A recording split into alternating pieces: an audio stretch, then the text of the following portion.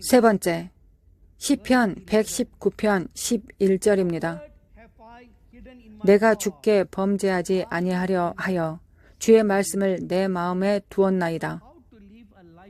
죄를 짓지 않고 사는 것이 가능합니까? 가능합니다.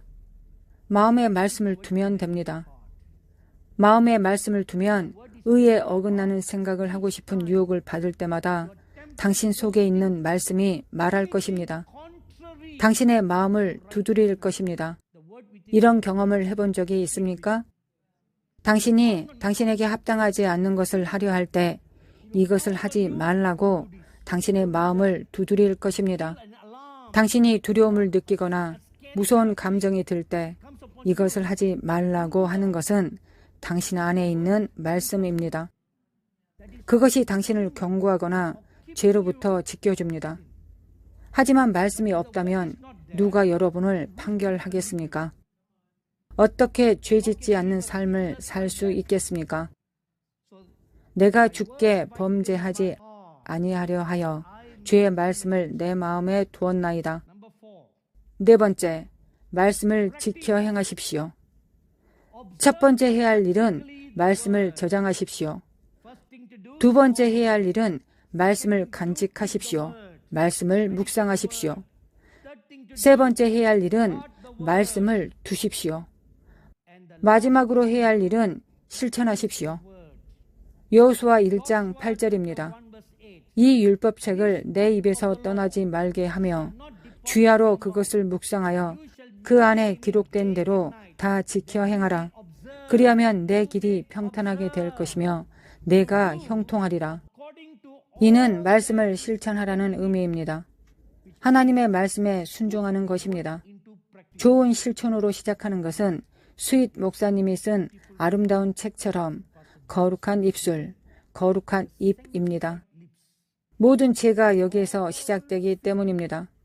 입을 깨끗하게 하면 여러분 속의 모든 것이 깨끗합니다. 입이 나쁘면 여러분 속의 모든 것이 악합니다. 이사야 6장에서 선지자 이사야는 보좌에 앉으신 주님의 환상을 보았습니다. 그가 하나님의 영광을 보자마자 처음 외친 말은 나는 입술이 부정한 자입니다 였습니다. 이것은 뭔가 매우 이상합니다.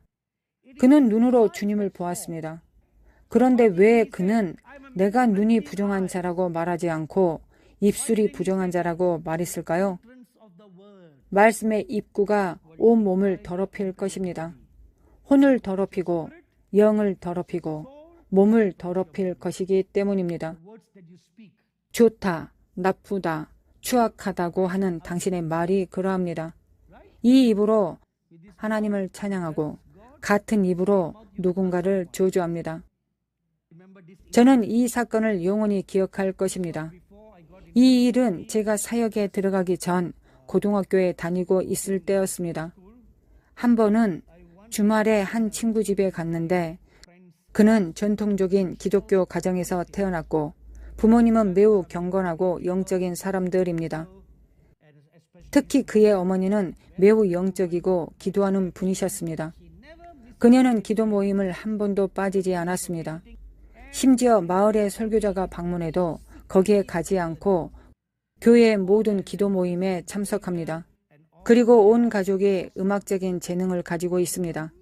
아버지와 어머니는 노래를 아주 잘하고 4명의 아들은 모두 음악학원에 다니지 않고도 악기를 잘 연주하는 놀라운 재능이 있습니다. 그냥 귀로 듣고 연주할 수 있습니다. 장남인 제 친구는 키보드를 연주하고 드럼을 치고 타블라라는 인도 악기를 연주합니다. 그는 연주를 아주 잘합니다. 둘째 동생은 워십 리더이고 기타를 칩니다. 셋째 동생은 드러머이고 막내인 넷째 동생은 그때는 아기였지만 자라서 또 다른 훌륭한 키보드 연주자가 되었습니다. 온 가족이 음악적으로 재능이 있었습니다. 저는 그때 힌두교 집안 출신의 초신자였습니다. 그 주말을 그들의 집에서 보냈고 일요일에는 교회에 갔습니다. 예배가 끝난 후 그 가족이 저를 점심 식사에 초대해서 그들의 집에 다시 갔습니다. 어머니는 음식을 요리하느라 매우 바빴고 아버지는 자신이 좋아하는 소파에 앉아 신문을 읽고 있었고 네 아들은 모두 4개의 서로 다른 침실에서 각자의 일을 하고 있었습니다. 저는 낯선 사람이고 방문자였습니다. 소파에 앉아 제 일을 하고 있었습니다. 오늘날이었으면 휴대전화를 만지작거렸을 것입니다. 그 당시에는 휴대전화가 없었습니다. 이 벽을 쳐다보고 저 벽을 쳐다보고 천정을 올려다보고 바닥을 내려다보고 있었습니다. 어머니가 음식을 준비한 후 남편에게 내가 잠시 기도할 것이고 기도가 끝나면 점심을 먹을 것입니다. 라고 말했습니다. 아버지는 그녀가 말한 것을 승인했습니다. 저는 어머니가 마지막 결정권을 가지고 있고 그것이 그 가족의 일상적인 패턴이라는 것을 이해했습니다. 아버지는 그저 있으나 마나한 존재였습니다. 어머니가 기도하는 분이라고 말씀드렸죠? 그녀는 옷장으로 들어가 문을 닫고 알지 못하는 방언으로 기도하기 시작했습니다. 그녀의 너무 큰 목소리에 집 전체가 흔들렸고 모든 음절을 들을 수 있었고 그것이 제게 들어와서 저도 같은 말을 반복하게 만들었습니다. 그녀는 1시간 동안 기도한 후 영광과 불로 가득 차 침실에서 나왔습니다.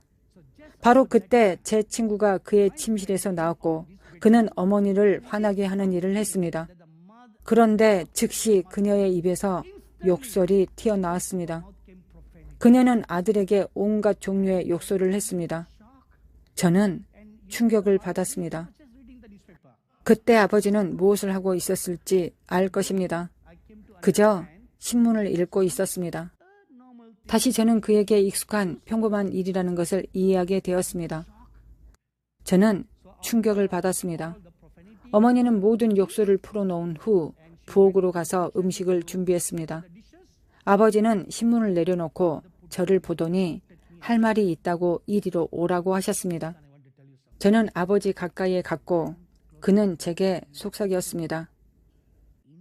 방 안에서는 거룩한 말이 있었고 방 밖에는 부정한 말이 있는데 둘 다 같은 입에서 나왔다. 어느 것이 진짜일까? 안에서 일어난 일과 밖에서 일어난 일 중 밖에서 일어난 일이 안에서 일어난 일보다 더 진짜입니다. 성령으로 참으로 변화되었다면 입에서 나오는 말은 저주의 말이 아니라 축복의 말이 될 것입니다. 이것이 초자연적으로 걷는 열쇠에 대한 메시지의 첫 부분입니다. 저는 이 부어주심이 시작될 때 하나님의 천사들이 나팔을 불도록 임명받는 것을 보았습니다. 그들이 모두 하늘에 서서 준비하고 임명된 것을 보았습니다. 거대한 천사들이 긴 거대한 황금 나팔을 들고 하늘에 서 있었습니다. 그 일이 일어나면 이제 때가 정해졌다는 것을 알리기 위해 나팔을 불 것입니다. 교회를 위한 이 부르심에서 아직 여러분의 삶에 남아있는 작은 잔여물이라도 제거하고 정해진 때 하나님의 집에서 발견되도록 하십시오.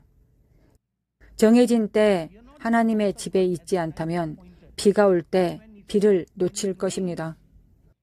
우리는 귀중한 마지막 날에 살고 있습니다. 지금은 그저 시간을 낭비할 때가 아닙니다. 아멘. 그러니 이 모든 것을 신중하게 숙고하고 내일을 자신을 준비시키십시오. 모두 일어나서 기도합시다. 박수치지 마십시오. 저는 여러분을 즐겁게 하지 않았습니다. 설교자에게 박수를 치는 것은 매우 잘못된 일입니다.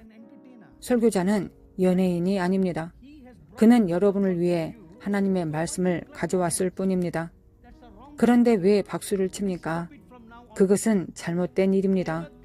이제부터는 그만두십시오. 설교자가 하나님의 말씀을 전한 후에는 절대로 박수를 치지 마십시오. 여러분이 할 수 있는 영광스러운 일은 손을 들어 우리에게 말씀하신 하나님께 감사드리는 것입니다. 그것이 가장 거룩하고 경건한 일입니다. 설교자에게 잘했다고 박수를 치지 마십시오. 그의 공연에 돈을 던지는 것입니다. 이 불경건한 관행을 멈추십시오.